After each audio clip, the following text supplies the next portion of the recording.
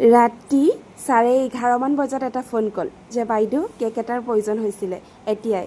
তেতিয়া মই তেখেতসকলক ক'লোঁ যে কেকবোৰ ৰেডি কৰি ৰখা নহয়, অৰ্ডাৰ পোৱাৰ লগে লগেহে কেকবোৰ বনাই দিয়া হয়। তেখেতসকলক যেনেকৈ হ'লেও এটা কেক প্ৰয়োজন হৈছিলেই। তেতিয়া মই ক'লোঁ যে আধা ঘণ্টাৰ ভিতৰত অকল চিম্পল কেকটোহে হ'ব। তেতিয়া তেওঁলোকে ক'লে যে 12:10 মানত হ'লেও যেনেকৈ হ'লেও ওপৰত অকল ক্ৰীমখিনি লগাই হেপী বাৰ্থডে বুলি লিখি দিলেও হ'ব। কথামতেই কাম ধুমাধুম উঠি মই কেক বনাবলৈ বুলি আৰম্ভ কৰিলোঁ। একদম নিজৰ লগতে এখন যুদ্ধ, কাৰণ ইমান কম সময়ত আজিলৈকে মই কেক বনাই পোৱা নাছিলোঁ। তাৰ পাছতে আকৌ ফোনটো আহিলে যে বাইদেউ আমি 12:20 মানত যাম, আপুনি যেনেকৈ হ'লেও সম্পূৰ্ণকৈ ক্ৰীম দি কেকটো বনাই দিব। আৰু ময়ো ভাবিছিলোঁ যে ওপৰত অকণমান ক্ৰীম লগাই দিয়াতকৈ গোটেই কেকটোৱে যেনে তেনে হ'লেও কমপ্লিট কৰি দিম। ভবামতেই কাম হ'ল। চেষ্টাৰ অসাধ্য একো নাই বুলি কয় নহয়, ঠিক তেনেকুৱাই 40-45 মিনিটৰ ভিতৰত কেকটো সম্পূৰ্ণ কৰিলোঁ।